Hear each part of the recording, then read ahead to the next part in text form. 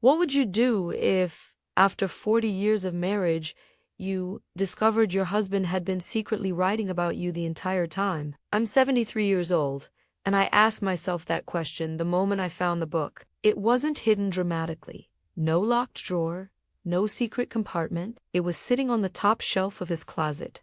Thick, worn, filled with notes in the margins, pages yellowed by time.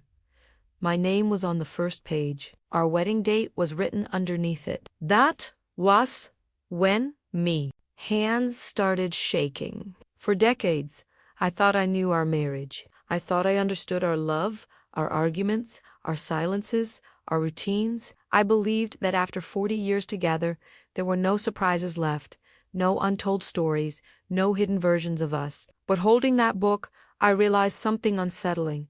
I had lived one marriage and he had lived another, quietly, in ink. I sat on the edge of the bed with the book closed on my lap, afraid to open it, afraid of what I might find, afraid of what I might lose. Marriage, especially a long one, survives on a shared illusion that both people experience the same things in the same way.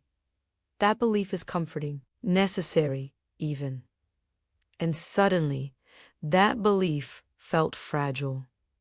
We met young, we built a life, we raised children, we buried parents, we survived financial stress, illness, disappointment, and years where love became something practical instead of passionate. I told myself that was normal. That was marriage. But this book suggested there were thoughts he never spoke, feelings he never confessed, moments he carried alone while I assumed everything was fine. The weight of time presses differently when you're older. At 73, you don't think in decades anymore. You think in moments left. You think in last chances. And that made the book feel heavier than paper should ever feel. Because once you read something like that, you can't unread it. You can't go back to the version of your marriage that existed before those pages. I wondered why he wrote instead of speaking, why he chose silence over conversation, whether he was protecting me or protecting himself, and more painfully. I wondered how many times I thought we were close while he was quietly documenting his loneliness. I opened the first page knowing this wasn't just his story. It was also mine, rewritten through his eyes. And as I began to read, I realized this book wasn't about memories. It was about truths delayed for 40 years. Before I go any further, let me pause right here, because stories like this aren't just about me or my marriage. They're about how many of us live for decades beside someone we love and still never fully know what they're carrying inside. Understanding this matters, especially if you're married, divorced, widowed, or even just afraid of becoming emotionally invisible over time. If this situation makes you uncomfortable, curious, or even defensive, that reaction is important. It means something here is touching, a truth most people avoid. I'd really like to know what you think about this. Do you believe long marriages can truly be lived as one shared story? Or do you think every couple slowly becomes two silent narratives running side by side? If you feel comfortable, leave a comment and even write something simple like 2 stories or 1 truth. I read every single one. If this kind of honest, emotional storytelling helps you reflect on your own relationships, please leave a like. It helps this video reach people who may need to hear it before it's too late. And if you haven't subscribed yet, consider doing that now. This channel exists to explore real, uncomfortable truths about love, marriage, loss, and the things we realize only when time is running out. Before I read his words, I was certain I understood our marriage. I carried a version of our 40 years together that felt solid, familiar, almost settled. We met young, married with hope, built a life brick by brick. I remembered the long work days, the quiet dinners, the way love slowly turned from excitement into responsibility. I told myself that was maturity. That was what lasting marriage looked like. In my version, we were a team. Not perfect, but stable. We argued, yes, but we always moved on. We disappointed each other, but we stayed. I believed our silences meant comfort, not distance. That Not talking about certain things was a form of understanding, not avoidance. When he grew quieter over the years, I assumed it was age, fatigue, routine. I never imagined it was accumulation. I thought I was a good wife. I showed up, I stayed loyal. I carried the weight when needed. I adjusted my expectations when life became harder. Like many women of my generation, I learned early that marriage meant endurance. You don't question too much. You don't dig too deep. You keep things running. You protect the family story, even from yourself. There were moments I sensed something unsaid. A hesitation in his voice, a look he pulled back too quickly. Times when I asked, "Are you okay?" and he answered, "I'm fine."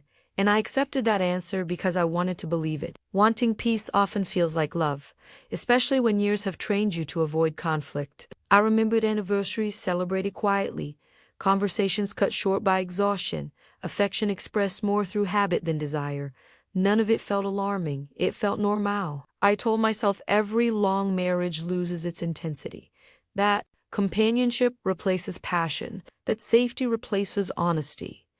And I accepted that trade without ever naming it. But the book made me question everything I thought was settled. It suggested that while I was adapting, he was recording. While I was normalizing, he was reflecting. While I was surviving the years, he was documenting what those years were costing him emotionally. The most unsettling realization wasn't that he had feelings he never shared. It was that I never asked the right questions, because I assumed I already knew the answers. I believed our marriage was one shared experience.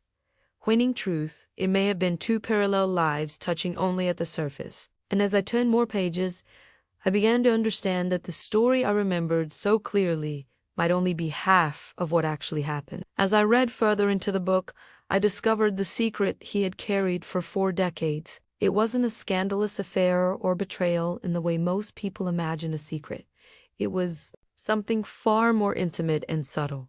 His private thoughts, his hidden doubts, his unspoken disappointments, and moments of quiet admiration I never knew existed. Each page revealed a side of him that had lived alongside me, unseen, untouched by my awareness. He wrote about evenings I thought were ordinary, recounting my expressions, my hesitations, my laughter in ways I had never noticed. He captured the tiny gestures of love I assumed went unnoticed, but he recorded every one as if they were sacred tokens of our shared life. And yet, alongside the praise and adoration, there were moments of frustration, sadness, and loneliness that he never voiced. The quiet sacrifices he made, the burdens he carried silently, all written in ink, not spoken aloud. What struck me most was the realization that while I believed we were communicating, we were actually living parallel experiences. I thought silence meant agreement or comfort. He, it seems, used silence to protect both of us.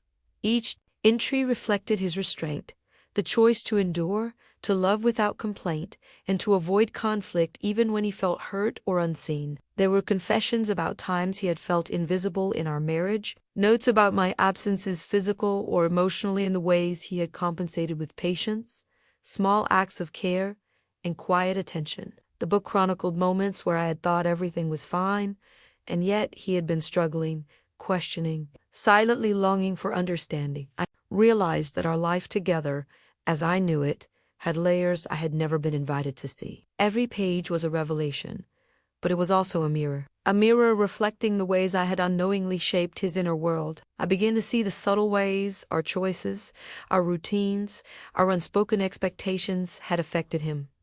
Love, I thought, was mutual and visible. But here it was, hidden, private, written in solitude, enduring silently alongside me for 40 years. The shock wasn't just in learning what he had kept secret. It was in recognizing that even after decades, the person you think you know best can still live a life beside you that is entirely hidden. And I had held assumptions for all these years, believing I understood our marriage completely, while he had been recording a parallel story that challenged everything I thought I knew. Some pages didn't just surprise me.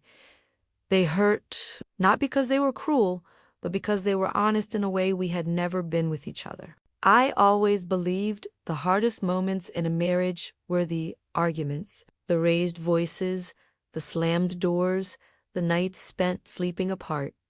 I was wrong. The hardest moments were the ones he wrote about quietly, the ones we never fought over because I never knew they existed. He wrote about days I barely remembered, moments I had filed away as ordinary, while for him they became emotional turning points.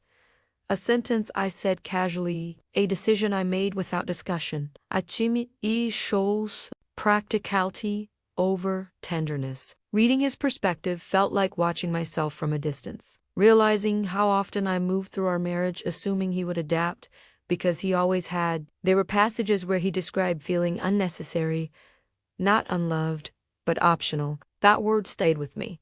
Optional. I had never intended to make him feel that way, but intention doesn't erase impact. He wrote about how, over the years, he learned to need less from me, to expect less, to shrink emotional requests so they wouldn't burden me. I didn't know you could slowly disappear inside a marriage without ever leaving it. What hurt most was recognizing myself in his pain, not as a villain, but as a woman who became efficient instead of attentive, responsible instead of curious. I had confused stability with connection. I thought keeping everything running smoothly was the same as keeping love alive. His words forced me to see the cost of that belief. There were pages where he defended me, even while admitting he was hurting. He explained my behavior in gentler terms than I ever deserved. He reminded himself of my sacrifices, my exhaustion, the years I carried the family, that somehow made it worse, because he understood me deeply, while I had never truly tried to understand him at the same depth. As I kept reading, I realized we never had a major explosion because all the damage happened quietly, layer by layer, year by year. No single moment dramatic enough to demand change. Just a slow emotional erosion that felt harmless at the time. Those pages hurt more than any argument because they proved something devastating. You can love someone sincerely and still wound them deeply without ever raising your voice. There was a chapter in the book that made me stop reading and close it for an entire day. Not because it revealed something new, but because it described a moment I remembered clearly, yet completely differently. He wrote about the night everything almost came out. A night I thought was insignificant. A night he described as unbearable. It was during one of the hardest periods of our marriage. We were exhausted, overwhelmed, living more like co-workers than partners. I remembered that evening as tense but manageable. We talked about bills, about the children, about plans, nothing unusual. But in his writing, that night carried a different weight. He described sitting across from me, heart racing, rehearsing sentences in his head, deciding whether this would finally be the moment he told me everything he had been holding back for years. He wrote that he watched my face carefully, noticing how tired I looked, how distracted, how closed off. He convinced himself that speaking would only add to my burden, that honesty would feel like an attack instead of an invitation. So he chose silence, again, and I, unaware of the internal battle happening inches away from me, ended the conversation early and went to bed. Reading that, I felt a wave of guilt I had never known before. Not because I had done something cruel, but because I had unknowingly signaled that there was no room for his truth. He wrote that he told himself there would be another time, a better moment, a calmer season. But seasons pass, life moves on, and those moments never arrive on their own. That was when I understood something frightening about long marriages. You don't lose each other all at once. You lose chances. You miss openings. You postpone difficult conversations until they quietly expire. And each time you choose comfort over honesty, the distance grows just enough to feel normal. He wrote that after that night, he stopped trying to explain himself, not out of anger, but resignation. He adjusted his expectations. He loved me the way he thought was safest. I continued loving him the way I knew how, unaware that something essential had almost been shared and then buried forever. That chapter ended with a sentence I can't forget. I stayed because I loved her. I stayed silent because I didn't know how to be loved back without causing pain. And that was when I realized the truth hadn't been hidden from me by malice. It had been delayed by fear, timing, and two people who loved each other but didn't know how to speak the same emotional language. Getting older changes the way you look at everything, especially truth. When you're young, you believe time will soften things, that wounds will fade, misunderstandings will sort themselves out, and whatever is uncomfortable today can be dealt with later. But in your 70s, time stops feeling like a cushion. It starts feeling like a countdown, and that's when all the things you avoided begin to feel urgent. As I read the later chapters of his book, I could feel that shift happening in his words. His tone changed. The entries became shorter, heavier, more reflective. He wrote less about events and more about fear.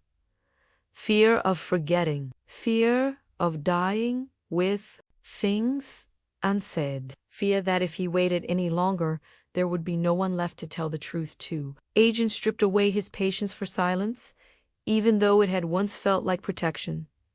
I saw myself reflected there too. My body slowing down, our conversations becoming more practical, more careful. We talked about medications, appointments, plans for the house, plans for the end. But we rarely talked about us. Not the emotional version of us. Not the unfinished parts. I had assumed that after so many years, there was nothing left to clarify. The book proved how wrong that assumption was. There's a particular cruelty in realizing too late that time doesn't heal what it never touches. It simply carries it forward. He wrote about waking up at night wondering if I would ever truly know him, about lying beside me, listening to my breathing, questioning whether love without full honesty was enough at the end of a life. Those words frightened me more than anger ever could. Old IG has a way of removing distractions. There's no longer work to hide behind, no children demanding attention, no endless plans to postpone difficult conversations. What's left is the raw truth of who you shared your life with and how much of that life was actually shared. Reading his reflections, I understood that the book wasn't a just memory.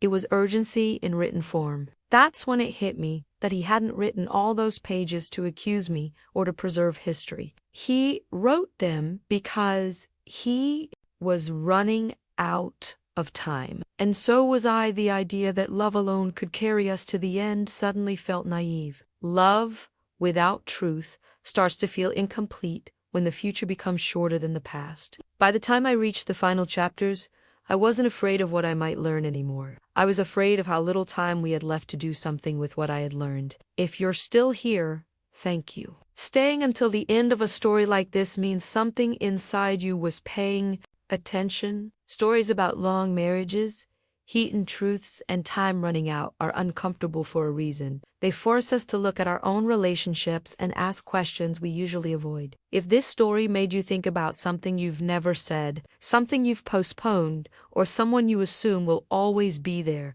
don't ignore that feeling, let it matter. Take a moment and leave a comment below. You can write something simple like, "I waited too long, I need to talk," or "This felt real."